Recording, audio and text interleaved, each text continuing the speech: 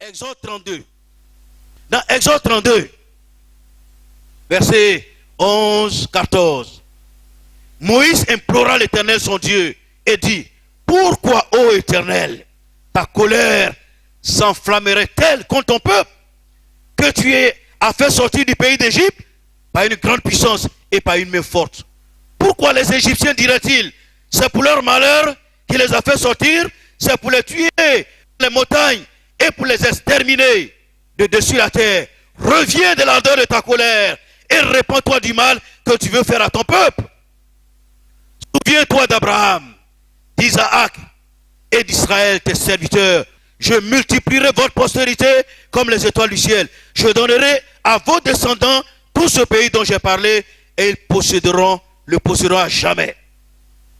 Et l'Éternel se repentit du mal qu'il avait déclaré vouloir faire à son peuple. Et l'Éternel se repentit. Gloire à Dieu. Dieu était fâché avec le peuple. Dieu était en colère. Vous connaissez ce qui a fâché Dieu? C'était le veau d'or. Pendant que Moïse était sur la montagne, le peuple s'est fabriqué un veau en or. Alors que Moïse était en train de recevoir des mains de Dieu les tables de la loi, pendant ce temps, le peuple était corrompu. Ils avaient fabriqué un veau d'or. Et la colère de Dieu s'est enflammée. Dieu dit: va détruire le peuple. Il a promis à Moïse même: je vais détruire le peuple et sortir un peuple de toi. Et Moïse va intercéder. Moïse va implorer le Seigneur.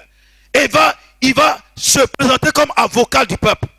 Il va intercéder. Et il va trouver même des arguments pour essayer de persuader Dieu, pour convaincre Dieu, en lui disant: mais si tu le fais, voici la réaction des Égyptiens. Ils diront que tu étais incapable. Tu n'étais pas capable. Donc tu as fait sortir le peuple pour le détruire dans les montagnes. Tu es incapable. Non, ne fais pas cela. Les Égyptiens vont se réjouir.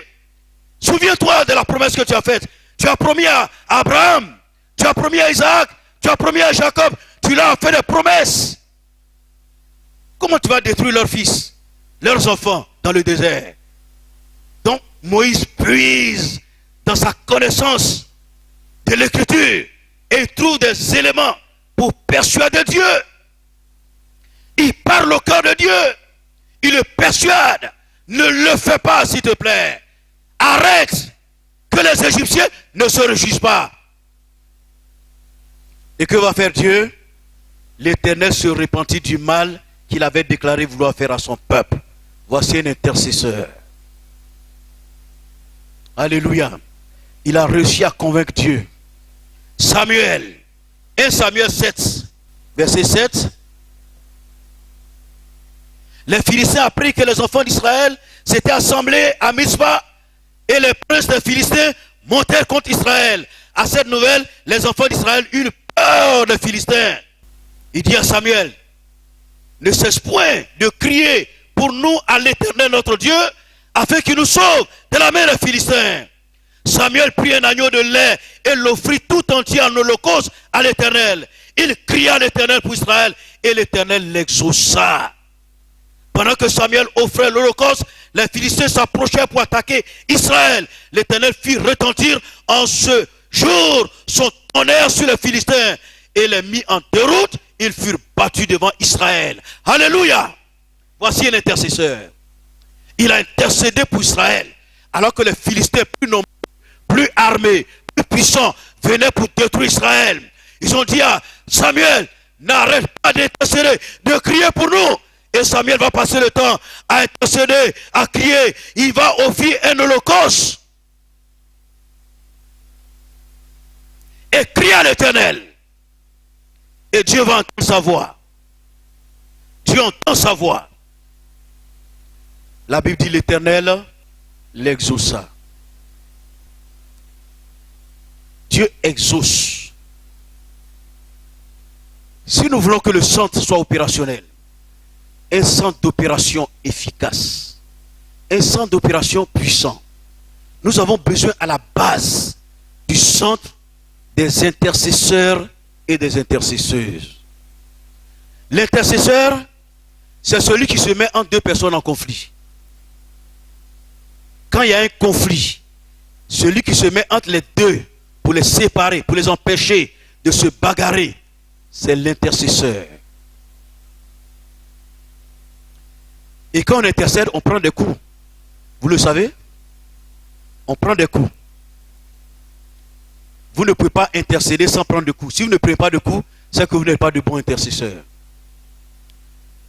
Une fois, j'étais en train de séparer une bagarre entre un homme et sa femme. Je me suis placé entre les deux. Et le point qui est parti, c'est moi qui l'ai encaissé. J'étais en train d'intercéder, j'ai pris un coup. Vous ne pouvez pas intercéder sans prendre de coups. Alléluia. Alléluia. Si vous intercédez, vous allez prendre des coups. Le diable va vous attaquer. L'ennemi va vous attaquer. Si vous intercédez pour l'église, si vous intercédez pour le centre des opérations, pour qu'il soit opérationnel, si vous intercédez pour les hommes de Dieu que nous sommes, pour que nous puissions libérer des messages puissants, pour que nous puissions prier pour des guérisons, des délivrances, l'ennemi, sachant ce qui va se passer, va se lever contre vous. Mais il faut intercéder. Ils te feront la guerre, mais ils ne te vaincront point. Alléluia. Ils vont se lever contre toi, mais ils ne vont jamais te vaincre. Tout l'un qui va se lever en jugement contre toi sera condamné. Alléluia. Parce que l'autorité nous a été donnée. Peuple de Dieu, nous devons nous mettre à l'ouvrage. Dieu nous a reproché tout à l'heure d'avoir baissé. Et c'est vrai. Quelquefois on est heureux d'avoir une église vivante. Mais quand nous jetons un coup d'œil en arrière, nous ne sommes plus vivants. Nous avons énormément baissé. Et l'église doit se relever. Il ne faut pas se comparer aux autres églises. Il faut se comparer à soi-même. Il faut se comparer à l'église primitive. Moi, mon objectif, c'est l'église primitive. Alléluia. Nous devons intercéder, nous devons prier pour l'église jusqu'à ce que la gloire de Dieu puisse être manifeste, jusqu'à ce que la puissance de Dieu, l'onction de Dieu, l'autorité de Dieu et le pouvoir de Dieu soient manifestes dans l'église. C'est ce dont nous avons besoin.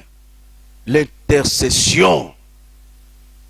Celui qui va détourner la colère de Dieu, celui qui va détourner la main de Dieu, la main destructrice de Dieu, celui qui va attirer la faveur de Dieu sur l'église, qui va attirer la grâce de Dieu sur l'église, qui va attirer la gloire de Dieu sur l'église, celui qui va attirer la bénédiction de Dieu sur l'église. Il faut intercéder. Moïse et Samuel étaient deux redoutables intercesseurs. Ils ont intercédé. Ils ont arrêté la main de Dieu. Ils ont arrêté la colère de Dieu. Ils ont poussé Dieu à agir favorablement pour le peuple. Et Dieu agit. Y a-t-il des hommes et des femmes ici qui sont en train d'entendre ce que je dis? Y a-t-il des gens qui entendent ce que je dis? Tout réveil commence par l'intercession. C'est quand le peuple de Dieu commence à avoir soif ou faim de Dieu, commence à avoir soif des œuvres de Dieu, de la puissance de Dieu. Quand le peuple dit, où est le Dieu d'Israël? Où est le Dieu de nos pères? Où est le Dieu de l'église primitive? Quand le peuple commence à comprendre que le Dieu qui a créé les cieux et la terre n'a pas changé et qu'il est toujours actif, mais qui ne voit pas sa main et qui demande, où est le Dieu d'Israël? En ce moment, le peuple est en train de prendre conscience. Quand le peuple commence à manifester la faim, de la soif, à rechercher Dieu, individuellement, collectivement, à chercher la face de Dieu, à crier au Seigneur, alors l'esprit d'intercession vient sur le peuple. L'esprit d'intercession vient sur l'individu, sur le croyant.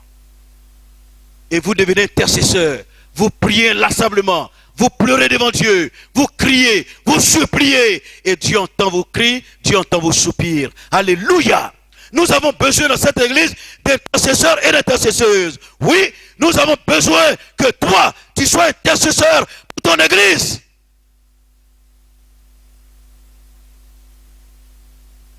Dieu dit, je cherche un homme qui se tienne à la brèche. Un homme qui se tienne à la brèche. Un homme qui intercède.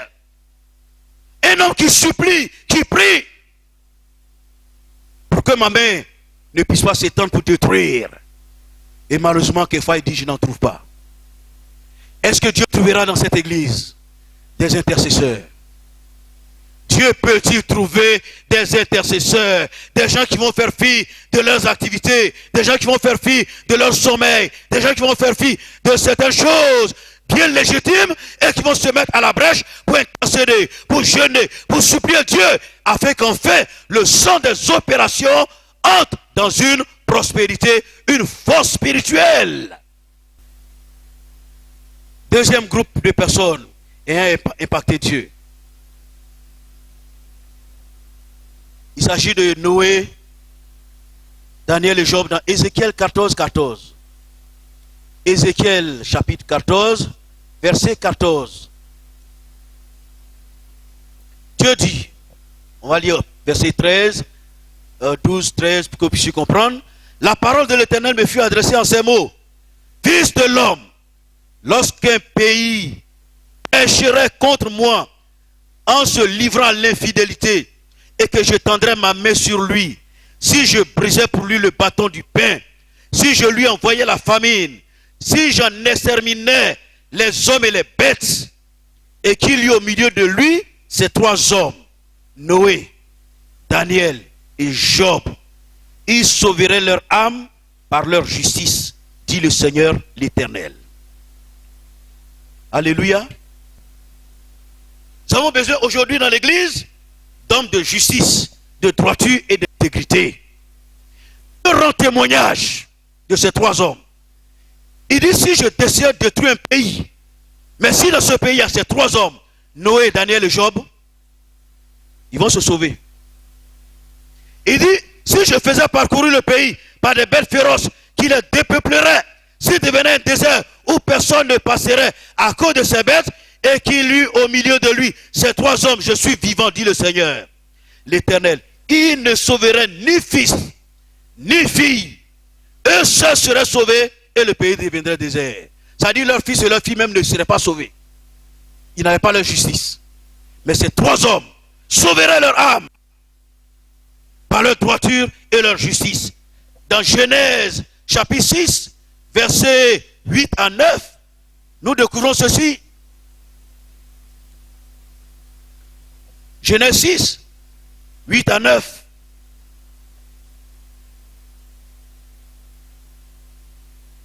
On dit, mais Noé trouva grâce aux yeux de l'Éternel.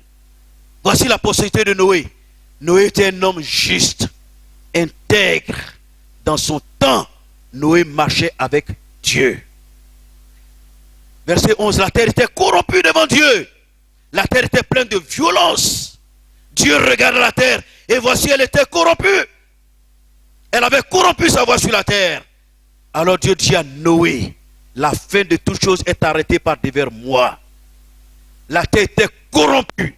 Des gens méchants, des gens violents. Comme aujourd'hui, notre monde. Des gens violents, méchants, avec toutes sortes de méchanceté. Et Dieu avait décidé en son temps de détruire le monde. Il a parcouru la terre de son regard. Et il a trouvé un seul homme du nom de Noé. Un seul. Tous étaient corrompus, méchants. Mais la Bible parlant de Noé dit, en son temps, il était juste et intègre. Nous voulons que le centre des opérations soit un centre opérationnel. Nous voulons que Dieu agisse au milieu de nous. Dieu se meuve au milieu de nous. Mais si Dieu doit se mouvoir, nous avons besoin de développer la justice et l'intégrité. La crainte de Dieu, qui est le commencement de la sagesse, et la haine du mal. Alléluia. Nous avons besoin de développer l'intégrité, être intègre, être juste, être droit, ne pas être corrompu. Noé en son temps ne s'est pas mêlé à la foule, ne s'est pas mêlé au monde. Il était intègre. Dieu l'a trouvé intègre. Dieu l'a trouvé juste. Dieu l'a trouvé droit. Et Dieu l'a sauvé. Et c'est par Noé que le monde a été repeuplé. Par Noé que le monde a été repeuplé. Noé était intègre. Il était juste. Et il a frappé dans les regards de Dieu. Il a frappé dans l'œil de Dieu. Dieu regardait les hommes, comment ils étaient violents. Mais il voyait Noé. Noé était attaché à Dieu. Noé avait la foi, la crainte de Dieu. Il savait ce qu'il devait faire, ce qu'il ne devait pas faire. Aujourd'hui, malheureusement, dans l'église, au milieu du peuple de Dieu, l'intégrité manque, la justice manque, la droiture manque. Noé était intègre et juste. Quand nous lisons dans Job 1, verset 1, il a dit de lui, il y avait dans le pays d'Uz un homme qui s'appelait Job. Et cet homme était intègre et droit. Il craignait Dieu et se détournait du mal. Il craignait Dieu et se détournait du mal. Au point où Dieu va rendre témoignage de Noé devant Satan. Le plus corrompu de l'univers, c'est Satan. Le premier rebelle de l'univers. Et il vient voir Dieu, et Dieu va lui rendre témoignage d'un homme. As-tu vu mon serviteur Job? Il n'y a pas quelqu'un comme lui sur la terre. Il est intègre, il est droit, il est juste. Et le signateur, l'accusateur, va dire à Dieu, mais c'est parce que tu le protèges. Tu l'as béni, il est riche. Il a de beaux enfants, une belle femme, il a tout. Et tant ta main, touche-le, tu vas voir. Il va te maudire. Dieu dit, allez, vas-y, touche-le. Je te laisse la permission. Touche-le. Satan va aller toucher Job. Il va toucher ses enfants, les détruire. Il va toucher la vie de Job. Mais Job va rester dans son intégrité, dans sa droiture, dans sa justice. Alléluia. C'est vrai que à cause des souffrances, des douleurs, il se plaint.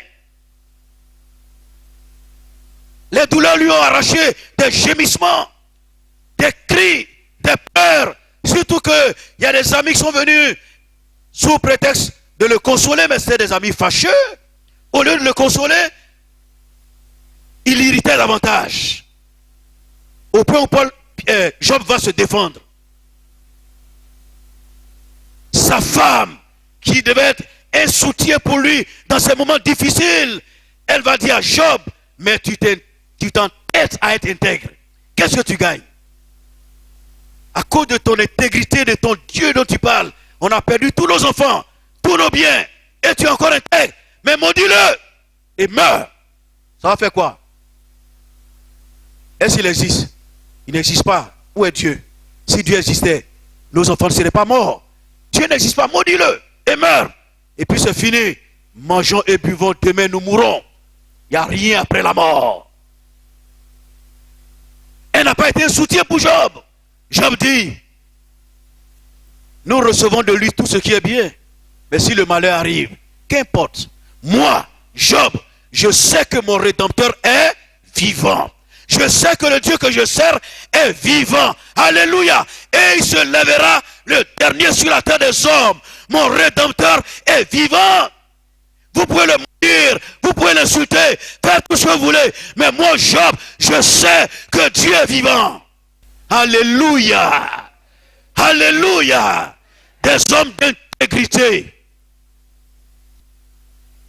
Je vous ai déjà dit ici que pour que Dieu puisse agir, nous devons créer une ambiance, une atmosphère qui lui permette d'agir.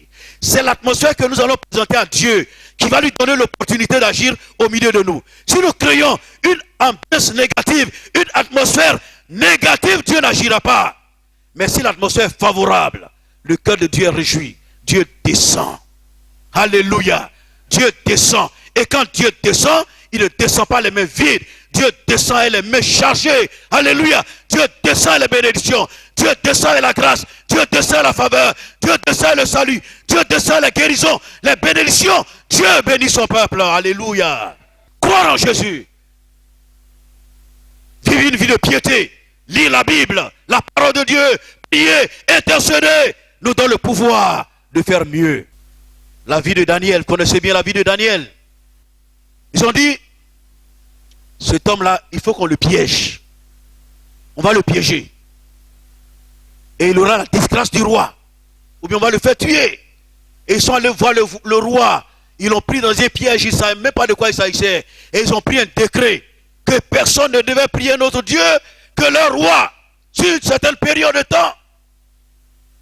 Et ils ont fait signer le décret. La loi des Mèdes et des Perses. Vous connaissez dans les Écritures, on dit leur loi est irrévocable. Ils ont fait signer cette loi. Juste à cause de Daniel. Parce qu'il aimait son Dieu, il priait son Dieu. Chaque fois quand ils vont, ils voient Daniel en train de prier, le visage tourné vers Jérusalem, en train d'intercéder. C'est lui qui sera à l'origine de la venue du peuple en Israël, de la captivité babylonienne. C'est lui qui va intercéder. Donc les gens ont dit, et ça c'est une astuce du diable. Le diable a vu que Daniel a su que 70 ans après, le peuple doit retourner. Et il va intercéder pour que le peuple retourne. Donc il faut éliminer Daniel. Et ils trouvent une loi. Et ils font signer par le roi. Irrévocable. La Bible déclare, verset 10. Lorsque Daniel sut que le décret était écrit, il se retira dans sa maison, où les fenêtres de la chambre supérieure étaient ouvertes dans la direction de Jérusalem. Et 3 fois le jour, il se mettait à genoux. Il priait et il louait son Dieu comme il le faisait auparavant. Rien n'a changé chez Daniel. Leur décret, c'est leur décret. Ça concerne les Babyloniens, ça ne me concerne pas. Moi, j'adore le Dieu d'Israël. Vous avez signé votre décret, c'est pour vous. Ça ne va pas m'empêcher d'adorer mon Dieu. Daniel a continué comme par le passé, 3 fois, en train de louer Dieu à genoux, de prier. Et ces hommes, s'en étant rendus compte, sont partis tumultueusement chez Daniel. Ils ont ouvert la porte et ils ont trouvé Daniel à genoux en train d'adorer Yahweh, le Dieu d'Israël. Alléluia. Ils ont dit, ça y est, on le tient. On le tient. Et ils vont demander qu'on le jette la force au lion. Mais Daniel était un homme intègre. Rien ne l'a ébranlé. Leurs lois, leurs décisions ne l'ont pas ébranlé. Il est resté égal à lui-même, fidèle à son Dieu, loyal à son Dieu. Il est resté intègre, droit, juste, craignant Dieu. Rien n'a modifié son comportement. Et plus tard, quand on va le jeter de la fosse au lion, Dieu va envoyer son ange pour fermer la gueule des lions. Les lions seront domptés et ils vont regarder Daniel. Ils vont le regarder. Ils vont tourner autour de lui. Ils sont venus, il les a caressés, il les a touchés. Il a joué avec eux. Il regardait Daniel. Parce qu'il voyait en lui l'onction de Dieu, la puissance de Dieu. Alléluia. Quand nous sommes intègres, fidèles et justes, Dieu plaide en notre faveur. Dieu agit en notre faveur. Alléluia. Dieu fait de nous des hommes et des femmes redoutables. Nous devenons redoutables. Daniel a fait la différence. Il est resté intègre et juste. Dieu a rendu témoignage de Noé, de Daniel et de Job. Enfin, le dernier point qui est aussi très important, je voudrais parler vraiment des hommes qui ont impacté Dieu. Je voudrais parler de David, de Phiné, de Jacob et d'Élisée, les 4 personnes. David. Dans Acte 13, verset 22, il est dit de David, Dieu dit, j'ai trouvé David, l'homme selon mon cœur. Quelle parole. Dieu dit, j'ai trouvé un homme selon mon cœur, selon ce que je veux. Homme selon mon cœur. Quelqu'un qui a impacté Dieu, qui a touché le cœur de Dieu. Et Dieu ne l'a pas fait de façon arbitraire. David va démontrer par ses œuvres que Dieu avait raison de compter sur lui. David va démontrer par ses œuvres que Dieu avait raison de dire qu'il est homme selon son cœur. J'ai trouvé l'homme selon mon cœur. Et vous connaissez l'histoire de David et de Goliath. Comment Goliath s'était circoncis. Cet homme gaillard de 2 mètres et quelques 3 mètres environ, grand de taille, musclé. C'est pas où il a fait ça, a appris la musculature à l'époque. Musclé, bien en forme. Qui venait se placer pour défier le peuple de Dieu. Il injuriait le peuple de Dieu. Et il injuriait le Dieu de ce peuple. David n'était qu'un jeune garçon berger. David a été envoyé comme ça, il est parti. Sans aucune préparation. Il avait fait des combats dans le passé, il avait tué des lions, des ours. Mais s'il avait su qu'il partait à un combat, peut-être qu'il allait trouver une occasion pour tester sa force de frappe. Il n'a pas fait, il est parti juste pour voir ses frères. Et puis il arrive, voit un géant qui sort. Et tous ses frères, grands de taille, même le grand Saül, tous sont effrayés comme des lapins. Ils courent pour entrer dans leur trou. Comme des souris qui voient le chat venir. David le regarde et puis il entend proférer des saletés. Et puis à l'époque c'était un incirconcis. Et le peuple de Dieu était circoncis. Comment un incirconcis, que les gens appelaient à l'époque un chien, comment peut-il insulter le peuple de Dieu? Quand David a vu Goliath sortir et insulter le peuple de Dieu et le Dieu d'Israël, David dit c'est pas possible. C'est inacceptable. Y a-t-il des chrétiens qui puissent arriver à ce stade-là? C'est inacceptable. Il y a des chrétiens, on peut injurier Jésus, on peut mal parler de Jésus, parler mal de Jésus. Ils sont là, ils écoutent, ils rient. Ils ne prennent même pas la défense de Jésus. David prend un caillou, met dans sa gibecière, il lance. Et l'Éternel des armées qui est là, qui veille, va diriger la pierre. Il était tellement blindé. Mais la petite partie qui n'était pas blindée, la pierre a été dirigée et c'est logé de la partie qui n'était pas blindée. Et Goliath s'est écroulé. Alléluia. David a vaincu Goliath. C'est pour cela que Dieu dit, j'ai trouvé l'homme selon mon cœur qui va accomplir toute ma volonté, mes desseins. Alléluia. Rapidement, deuxième personne, Phiné. Connaissez l'histoire de Phiné?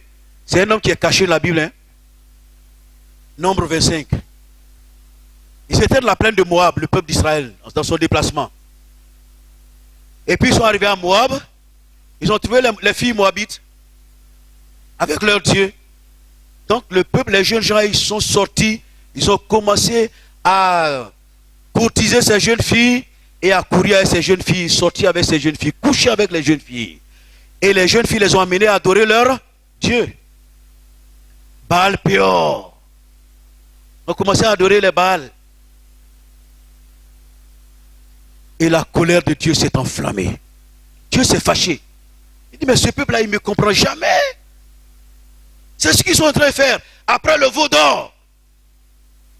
Quelle est cette attitude? Commencer à sortir les femmes dans les plaines de Moab et adorer leur Dieu.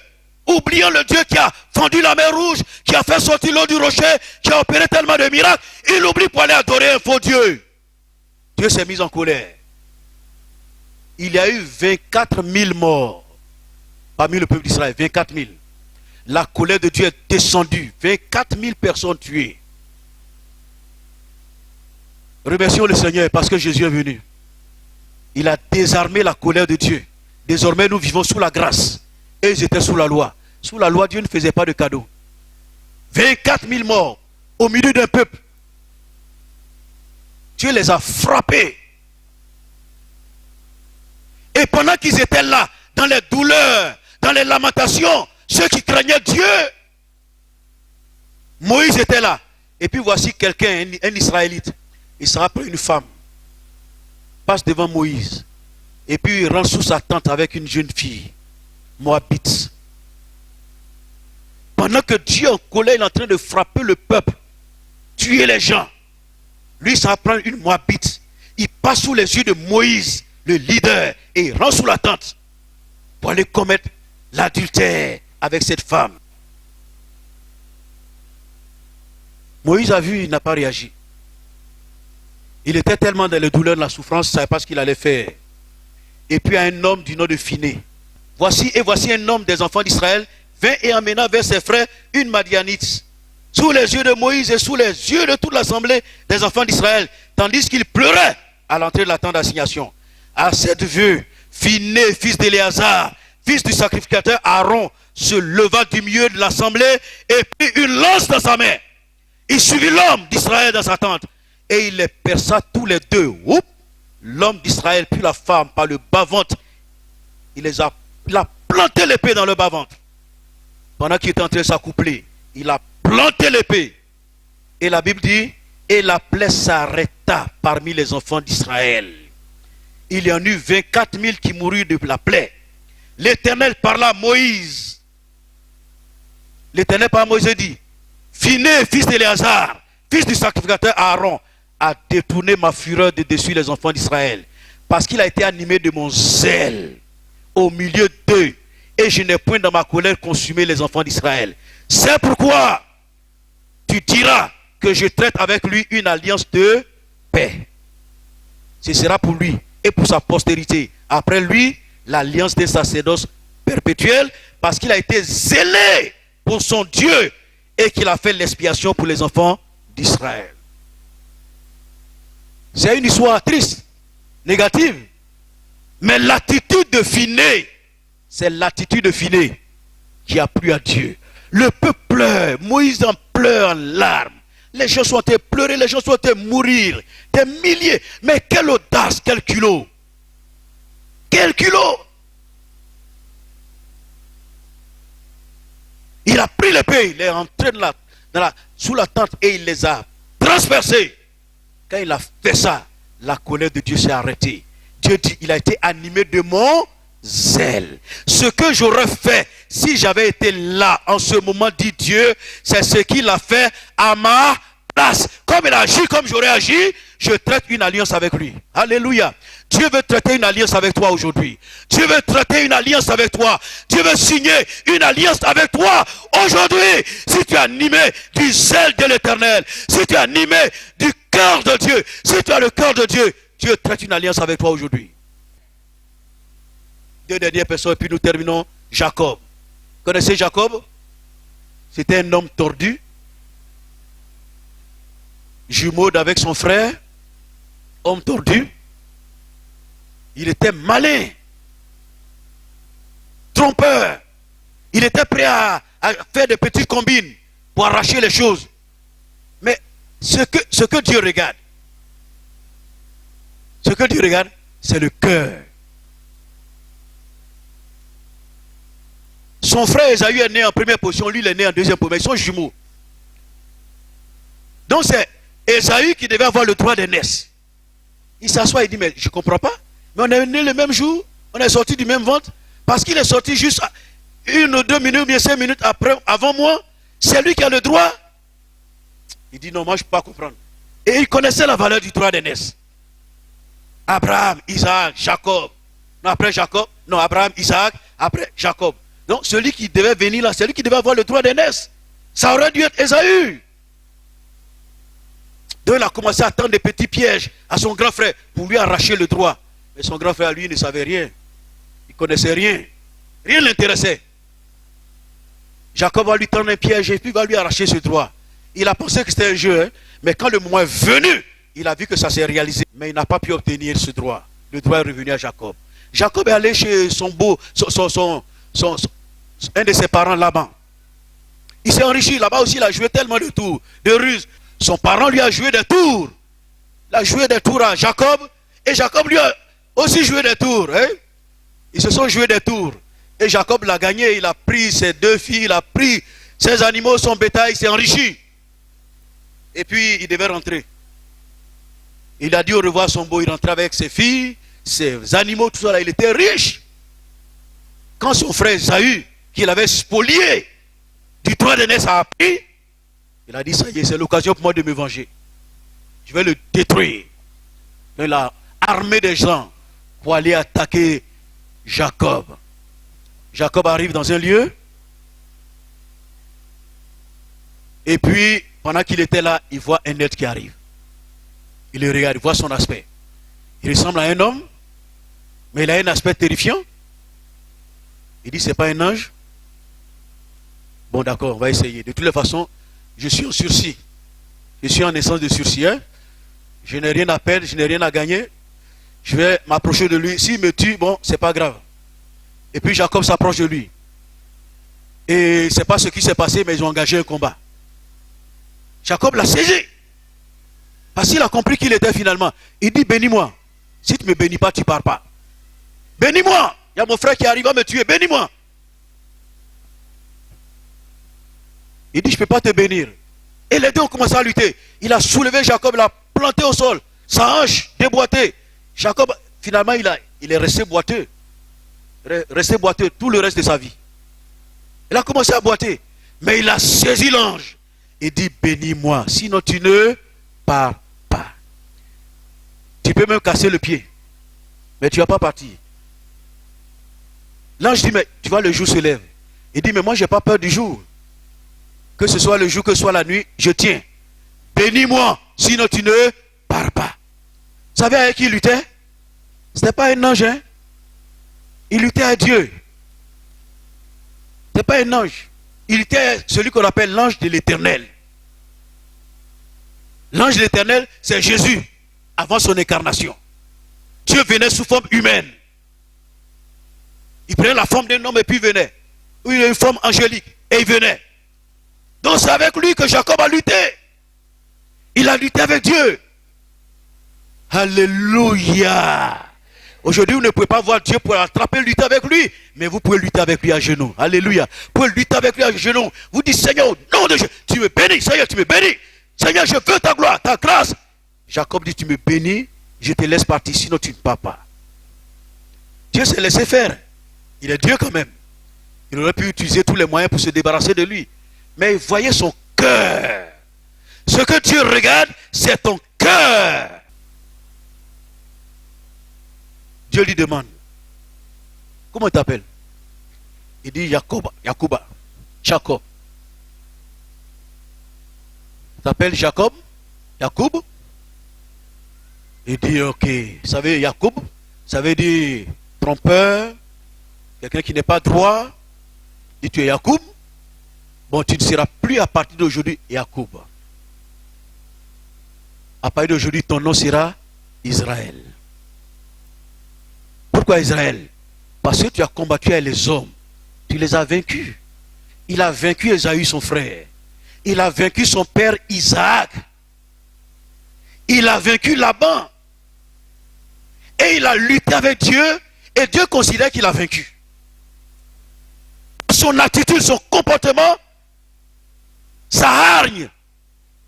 Dieu considère qu'il a été vaincu. Dieu dit, tu as lutté avec Dieu et les hommes. Et tu es sorti vainqueur. À partir d'aujourd'hui, tu changes de nom. Tu ne seras plus Jacob. Tu seras Israël. Alléluia. Tu seras Israël. Abraham, on dit Dieu d'Abraham, Dieu d'Isaac, Dieu de Jacob. Jacob est Israël. C'est lui qui a donné les 12 patriarches desquels sont sortis le peuple juif. Que Dieu vous bénisse. Enfin, la dernière personne. Élisée. Élisée, dans 2 Rois 2. 2 Rois 2, versets 9 à 14. D'Élisée. Il était avec Élie qui devait être enlevé. Lorsqu'il y est passé, Élie dit à Élisée, demande ce que tu veux que je fasse pour toi, avant qu'il soit enlevé d'avec toi. Élisée répondit, qu'il y ait sur moi, je te prie, une double portion de ton esprit. Élie dit, quoi? Tu demandes une chose trop difficile là. Le grand prophète Élie que je suis là, tu veux l'onction que j'ai 2 fois. Mais tu es audacieux, petit. Ça frise même l'orgueil. Qu'est-ce que tu demandes là? Il dit, tu demandes une chose difficile, hein? Mais si tu me vois pendant qu'il sera enlevé d'avec toi, cela t'arrivera. Ainsi, sinon, cela n'arrivera pas. Sa demande a plu à Dieu. Il a regardé son cœur. Il dit, mais il est jeune, mais il a un cœur de lion, un cœur de battant, un cœur qui en veut. Dieu a vu son cœur. Il a vu la puissance de ce jeune homme, sa demande. Parce que le peuple d'Israël était toujours corrompu avec le courette. Il fallait une onction pour diriger ce peuple. Une onction pour prophétiser au milieu de ce peuple. Pour faire les œuvres de Dieu. Et si vous lisez les Écritures, vous allez voir, il a fait exactement le double des miracles qu'Élie a accomplis. Je résume ce que je viens de dire. Nous avons besoin d'intercesseurs. Nous avons besoin d'hommes intègres et droits. Nous avons besoin d'hommes qui vont toucher le cœur de Dieu. Qui vont avoir, je dirais, une influence devant Dieu. Une autorité devant Dieu. Car depuis le temps de Jean-Baptiste jusqu'à maintenant, le royaume de Dieu est forcé et ce sont les violents qui s'en emparent. Je veux qu'il y ait dans cette assemblée des violents. Je veux que toi qui m'entends, qui m'écoutes, tu puisses développer en toi la violence, pas une violence physique pour aller attaquer les autres, mais une violence spirituelle pour t'en parler du royaume. Oh, que nos prières fassent la différence. Que Dieu nous donne l'onction, la puissance et l'autorité pour que nous puissions impacter le monde et impacter Dieu. Pour que la gloire de Dieu descende sur nous et que nous soyons des hommes et des femmes remplis d'autorité, de pouvoir et de puissance pour accomplir les œuvres de Dieu et que Dieu soit béni au nom de Jésus de Nazareth. Amen. Gloire à ton nom, Seigneur. Rends-nous intègres, corrects, droits. Des hommes et des femmes qui craignent Dieu. Fais de nous des craignants Dieu. Nous voulons te craindre. Nous voulons te craindre. Et vivre une vie de sainteté, de pureté. Nous voulons faire, oh Dieu, ta volonté. Nous voulons faire, oh Dieu, ta volonté.